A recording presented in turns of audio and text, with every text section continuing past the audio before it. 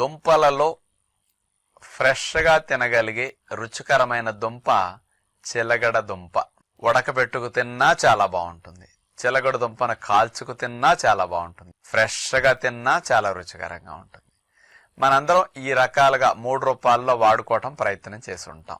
చిలగడ దుంపని ఒక కూరలాగా ఎప్పుడన్నా ఒక్కొక్కసారి రేరుగా వండుకుంటూ ఉంటారు. మరి చిలగడ దుంపని న్యాచురోపతి విధానంలో వాడుకోవటం వల్ల ఏ లాభాలు వస్తాయి? అసలు ఉప్పు లేని వంటల్లో ఆ ఉప్పు లేని చప్పదనాన్ని పోగొట్టడానికి చిలగడ దుంప ఎలా బెస్ట్గా పనికొస్తుంది ఈరోజు స్పెషల్గా మీకు చెప్పబోతున్నాను.